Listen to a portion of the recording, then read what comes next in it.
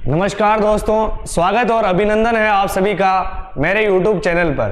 दोस्तों, आज हम इस वीडियो में 28 अक्टूबर से करंट अफेयर्स के जितने भी इम्पोर्टेंट क्वेश्चंस बनते हैं उनके बारे में इस वीडियो में डिस्कस करेंगे, जो आपके लिए हर एग्जाम की दृष्टि से बहुत ही महत्वपूर्ण है। और मैं आपको इस वीडियो में हर इम्पोर्टेंट क्वेश्चन से रिलेटेड इम्पोर्टेंट फैक्ट भी बताऊंगा, तो वीडियो के अंत तक बने रहें। और इस वीडियो के लास्ट में मैं आपसे कुछ क्वेश्चंस भी पूछूंगा, उनके आंसर्स आपको कमेंट बॉक्स में बताने हैं। तो चलिए शुरू करते हैं आज के इस वीडियो को और चलते हैं अपने फर्स्ट क्वेश्चन की तरफ।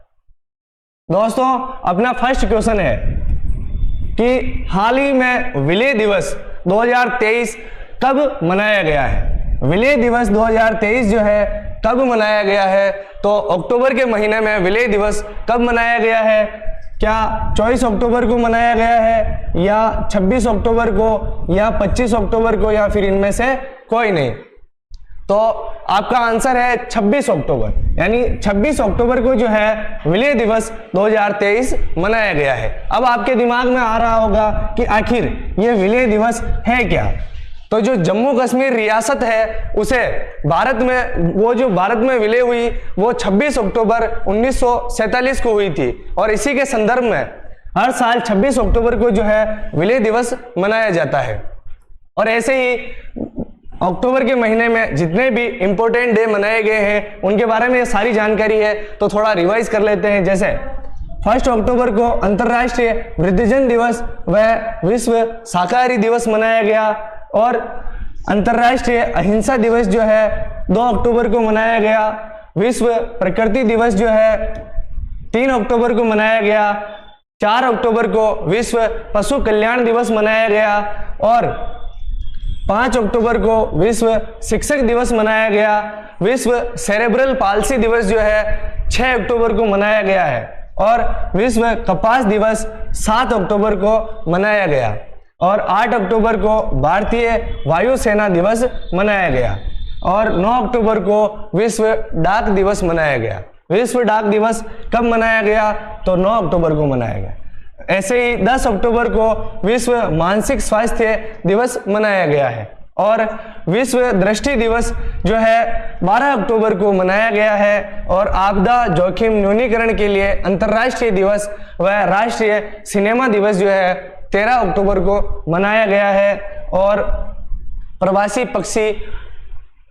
विश्व प्रवासी पक्षी दिवस जो है 14 अक्टूबर को मनाया गया है, और 15 अक्टूबर को विश्व छात्र दिवस मनाया गया। 16 अक्टूबर को विश्व खाद्य दिवस जो है मनाया गया, और अंतर्राष्ट्रीय गरीबी उन्मूलन दिवस जो है 17 अक्टूबर को मनाया गया, और 20 अक्टूबर को जो है वर्ल्ड ऑस्टियोपोरोसिस डे विश्व सांख्यिकी दिवस मनाया गया।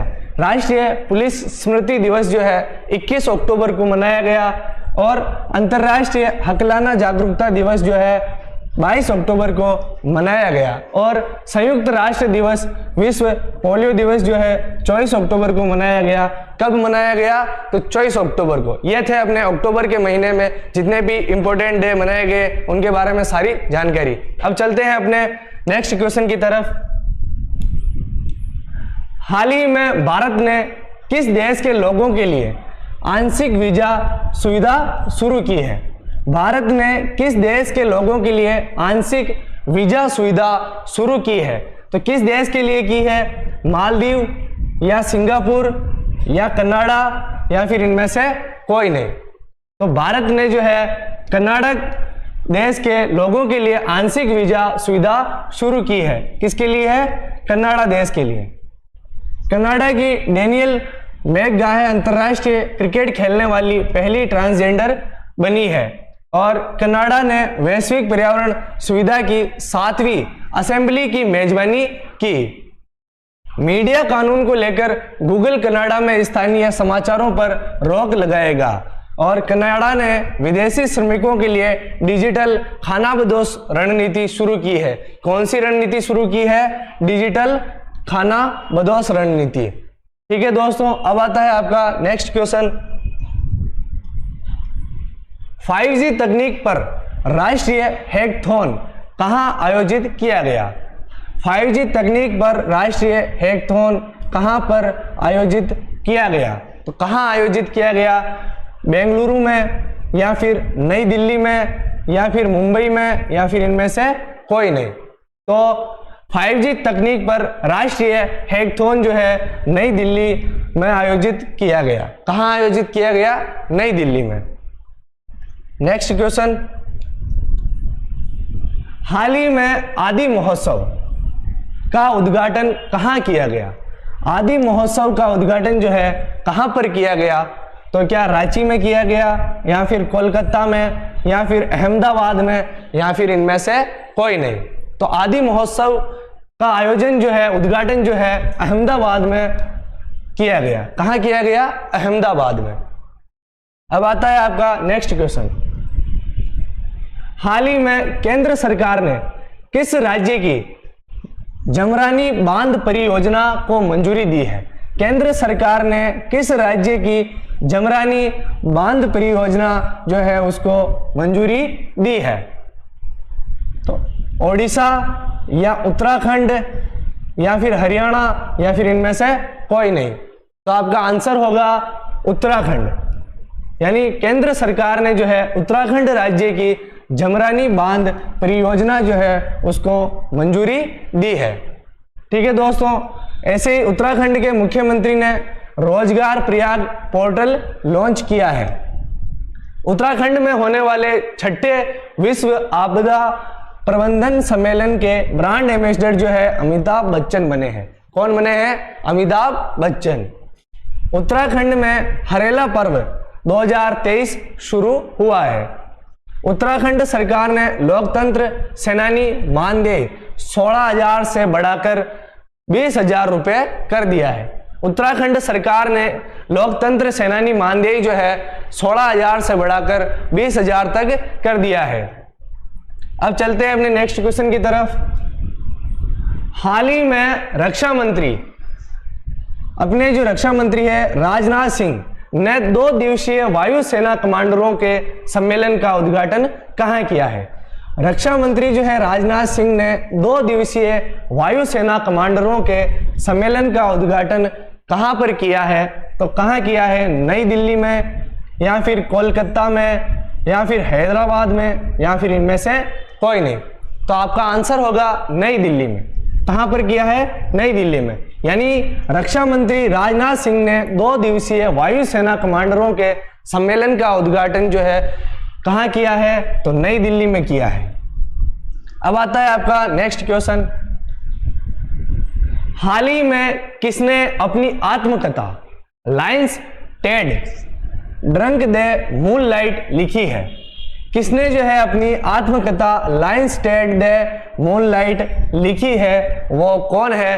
तो क्या वो के शिवान है, या फिर DY चंद्रचूड़ है, या फिर S सोमनाथ है, या फिर इनमें से कोई नहीं। तो आपका आंसर होगा S सोमनाथ।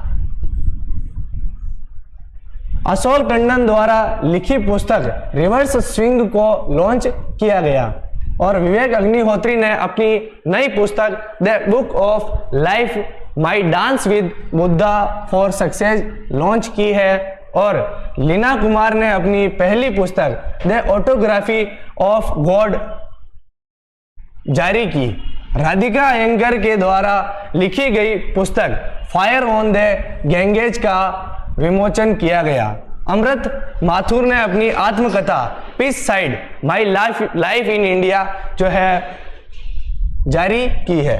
ऐसे ही नेक्स्ट क्वेश्चन, हाल ही में राष्ट्रीय स्तर पर सरस आजीविका मेला 2023 कहाँ शुरू होगा? राष्ट्रीय स्तर पर सरस आजीविका मेला जो है 2023 में कहाँ शुरू होगा? तो मुंबई में, या फिर गुरुग्राम में, या फिर कोलकाता में, या फिर इनमें से कोई नहीं। तो आपका आंसर होगा गुरुग्राम। यानी गुरुग्राम में जो है राष्ट्रीय स्तर पर सरस आजीविका का मेला शुरू होगा। कहाँ होगा? गुरुग्राम में। अब आता है आपका नेक्स्ट क्वेश्चन, हाल ही में कहाँ भारत के पहले पूर्ण महिला पुलिस स्टेशन के 50 साल पूरे होने पर जश्न मनाया गया है? कहाँ भारत के पहले पूर्ण महिला पुलिस स्टेशन के 50 साल पूरे होने पर जश्न मनाया गया है, तो वो स्टेशन कहाँ का है? गोवा या तमिलनाडु या केरल या फिर इनमें से कोई नहीं। तो आपका आंसर होगा केरल।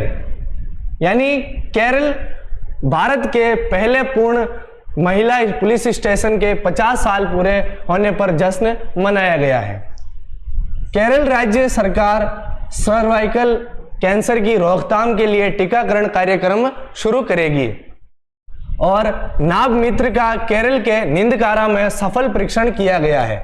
नाभ मित्र का जो है केरल के निंदकारा में सफल परीक्षण किया गया है।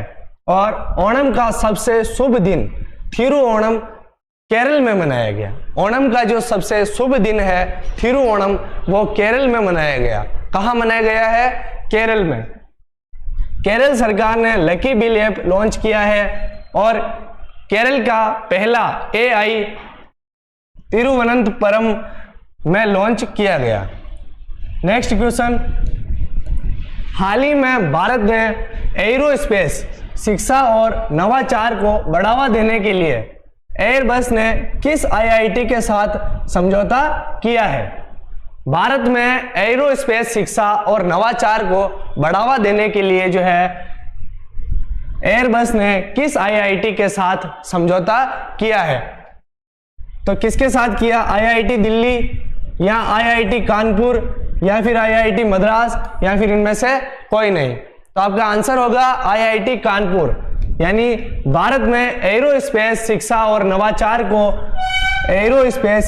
नवाचार को बढ़ावा देने के लिए एयरबस ने जो है IIT कानपुर के साथ समझौता किया है। किसके साथ किया है? IIT कानपुर के साथ। और KVIC ने IIT दिल्ली में नए खादी इंडिया आउटलेट का उद्घाटन किया। IIT कानपुर ने स्टार्टअप इकोसिस्टम को बढ़ावा देने के लिए ICICI बैंक के साथ साझेदारी की है।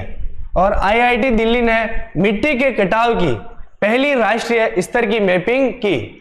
और लेफ्टिनेंट जनरल कंवलजीत सिंह ढिल्लों को IIT मंडी के बोर्ड ऑफ डायरेक्टर में नियुक्त किया गया। नेक्स्ट क्वेश्चन है, हाल ही में BCCI ने किसे भारतीय महिला क्रिकेट टीम का मुख्य कोच नियुक्त किया है? हाल ही में BCCI ने किसे भारतीय महिला क्रिकेट टीम का मुख्य कोच नियुक्त किया है? किसे किया है? रवि शास्त्री को या फिर राहुल द्रविड़ को या फिर अमोल मजूमदार को या फिर इनमें से कोई नहीं। तो आपका आंसर होगा अमोल मजूमदार। यानी BCCI ने अमोल मजूमदार को भारतीय महिला क्रिकेट टीम का मुख्य कोच नियुक्त किया है। ठीक है दोस्तों। और कोटक महिंद्रा बैंक के MD एंड CEO के रूप में अशोक वासवानी को नियुक्त किया गया है। किसे किया गया है? अशोक वासवानी को। और IRCTC का CMD संजय कुमार जैन को नियुक्त किया गया है। और राजस्थान रॉयल्स ने सहायक कोच शेन बॉन्ड को नियुक्त किया है। राजस्थान रॉयल्स ने सहायक कोच जो है शेन बॉन्ड को नियुक्त किया है। और राज्य कृषि मूल्य आयोग का अध्यक्ष पासा पटेल को नियुक्त किया गया है। और हुडको के अध्यक्ष और प्रबंध निदेशक संजय कुलश्रेष्ठ बने हैं। कौन बने हैं? संजय कुलश्रेष्ठ बने हैं। अब आता है आपका नेक्स्ट क्वेश्चन, हाल ही में कहाँ स्पेशल फोर्स ट्रेनिंग स्कूल को अत्याधुनिक ऊर्ध्वाधर पवन सुरंग मिली है? हाल ही में कहां पर स्पेशल फोर्स ट्रेनिंग स्कूल को अत्याधुनिक ऊर्ध्वाधर पवन सुरंग मिली है? तो कहां मिली है? उत्तराखंड में या हिमाचल प्रदेश में या फिर जम्मू कश्मीर में या फिर इनमें से कोई नहीं। तो आपका सही आंसर होगा इसमें हिमाचल प्रदेश। यानी हिमाचल प्रदेश में स्पेशल फोर्स ट्रेनिंग स्कूल को अत्याधुनिक ऊर्ध्वाधर पवन सुरंग मिली है। कहां मिली है? हिमाचल प्रदेश में। अनाथ बच्चों के लिए योजना बनाने वाला पहला राज्य हिमाचल प्रदेश बना है। अनाथ बच्चों के लिए जो है योजना बनाने वाला पहला राज्य कौन बना है? तो हिमाचल प्रदेश बना है। कौन बना है? हिमाचल प्रदेश। हिमाचल प्रदेश सरकार ने प्राकृतिक खेती को बढ़ावा देने के लिए मोबाइल वैन कार्यक्रम शुरू किया है। कौन सा कार्यक्रम शुरू किया है? मोबाइल वैन कार्यक्रम शुरू किया है।